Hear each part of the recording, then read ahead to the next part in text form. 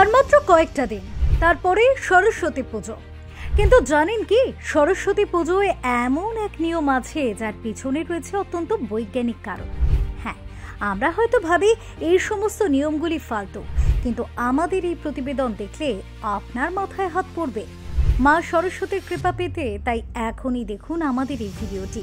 হ্যাঁ, এই কথা সত্যি যে আপনার অনেক কনফিউশন দূর হয়ে যাবে। তাহলে দেখুন, সরস্বতী পুজো বসন্ত পঞ্চমী নামেও পরিচিত। এই দিনটি বসন্ত উৎসবের সূচনা করে। এই উৎসব মাঘ মাসের শেষে অনুষ্ঠিত হয়, যা সাধারণত জানুয়ারির শেষ থেকে ফেব্রুয়ারির শুরুর মধ্যে পড়ে। কথিত আছে এই দিনে ব্রহ্মা মহাবিশ্ব সৃষ্টি করেছিলেন। বসন্তের আগমনে আসে বসন্ত পঞ্চমীর উৎসব। বেশিরভাগ পূর্ব ভারতে, বিশেষ করে পশ্চিমবঙ্গ এবং বিহারে এটি সরস্বতী পুজো হিসেবে পালিত হয়। একই সময় রাজস্থানে এই উৎসবের সময় জুঁইয়ের মালা পরানো হয়। যেখানে উত্তর ভারতে, বিশেষ করে পাঞ্জাবে বসন্ত পঞ্চমী ঘুড়ি উৎসব হিসেবে পালিত হয়।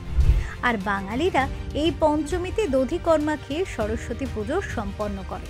এই নিয়মের পিছনেও রয়েছে মস্ত বড় দুটি কারণ, ধর্মীয় এবং বৈজ্ঞানিক।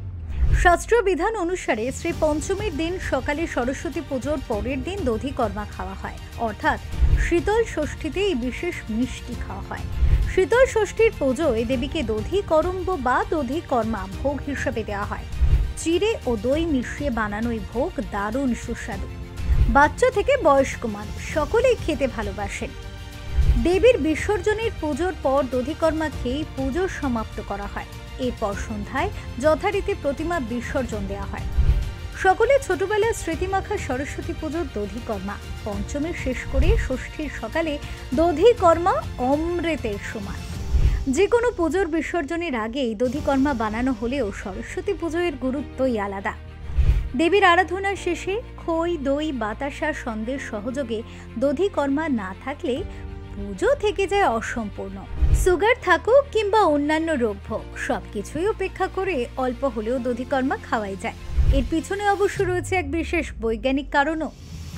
শাস্ত্রমতে দেবীর আরাধনায় দধিকর্মা যতটা প্রয়োজনীয়, বৈজ্ঞানিক মতেও কিন্তু এর গুণ অপরিসীম। সরস্বতী পুজোর দিন সকাল থেকে অনেকেই উপোস করে দেবীর আরাধনা করে। ছোটরা বিদ্যার আশায় খালি পেটে অঞ্জলি দিয়ে থাকে। অঞ্জলি দেওয়ার পর ফল মিষ্টি খেয়ে নেয় খালি পেটে। এরপর পুজোর দিনে বিশেষ খিচুড়ি ভোগ তো আছে, এছাড়াও নানান ভারী খাবার খাওয়া হয়ে যায় এদিন। পুরোহিতেরাও উপোস করেন, দেবীর পুজো করেন। বাড়ির মেয়ে বউরাও রয়েছেন এই তালিকায়। এক কথায় পুজোর দিন পুরোপুরিভাবে অনিয়ম হয়ে যায়। আর অনিয়মের বিপক্ষে গিয়ে শরীরকে সুস্থ করার কাজ করে দধিকর্মা। পুজোর পরের দিন বমি, ফুড পয়জনের মতো সমস্যা এড়াতে দধিকর্মা খাওয়া খুব ভালো। পেট ঠান্ডা করা থেকে শুরু করে ঠান্ডা লাগা, জ্বর, সর্দি, কাশির সমস্যা, এমনকি পক্সের মতো গুরুতর অসুস্থতা এড়াতে দধিকর্মা জুড়ি মেলা সত্যি ভার। আর শুধুমাত্র এই কারণে যে কোনো পুজোর পরের দিন দধিকর্মা খাওয়ার নিয়ম রাখা হয়েছে।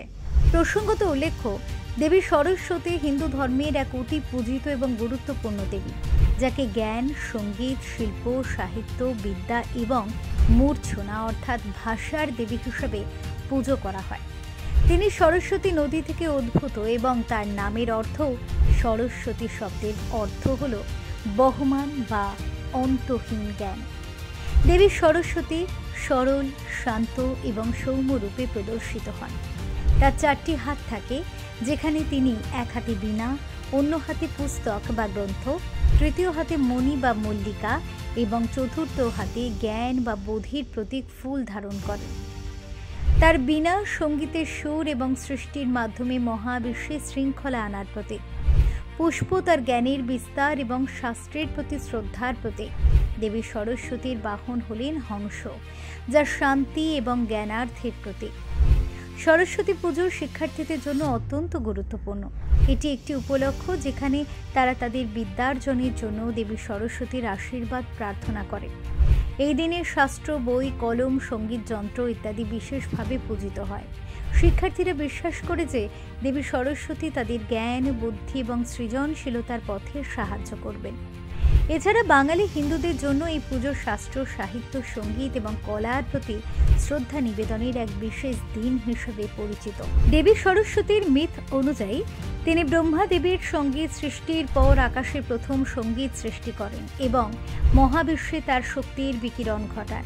তিনি কখনো উগ্র হন না বা রেগে যান না, বরং তিনি শান্তি, জ্ঞান এবং মিতব্যয়িতা দিয়ে পৃথিবীতে শৃঙ্খলা স্থাপন করেন। দেবী সরস্বতী হিন্দু পুরাণের অন্যতম গুরুত্বপূর্ণ দেবী হিসেবে পূজিত হন। তার পূজা সঙ্গীত, শিল্প, সাহিত্য, শিক্ষার জন্য চিরকাল অনুপ্রেরণা প্রদান করে। দেবী সরস্বতী যেভাবে সৃষ্টির সূচনা করেন, তার মাধ্যমে বিশ্বের মানবজাতি শৃঙ্খলা এবং জ্ঞান লাভ করে। দেবী সরস্বতী শুধুমাত্র হিন্দু ধর্মের দেবী নয়, তিনি সমস্ত সৃষ্টির মধ্যে বিদ্যা, জ্ঞান, সঙ্গীত এবং শিল্পের প্রতীক। তার পুজো শিক্ষার্থী, শিল্পী, সঙ্গীতজ্ঞদের জন্য এক বিশেষ দিন, যা তাদের জ্ঞান এবং সৃজনশীলতার পথকে আরও উজ্জ্বল করে তোলে। বসন্ত পঞ্চমীতে দেবী সরস্বতীর পুজোর মাধ্যমে শিক্ষার প্রতি শ্রদ্ধা ও ভালোবাসা উদযাপন করা হয় এবং তার আশীর্বাদে সকলেই জীবনের পথে সফলতার সন্ধান পায়। তাই আপনার শুভাকাঙ্ক্ষীদের কাছে এই ভিডিওটি পৌঁছে দিতে প্রচুর পরিমাণে শেয়ার করুন। ভিডিওটি অবশ্যই লাইক করুন, কমেন্টে জানান এই ধরনের আরও অজানা তথ্য আপনারা পেতে চান কিনা। চ্যানেলটিকে সাবস্ক্রাইব করে আমাদের পাশে থাকুন, কমেন্টে লিখুন জয় মা সরস্বতী।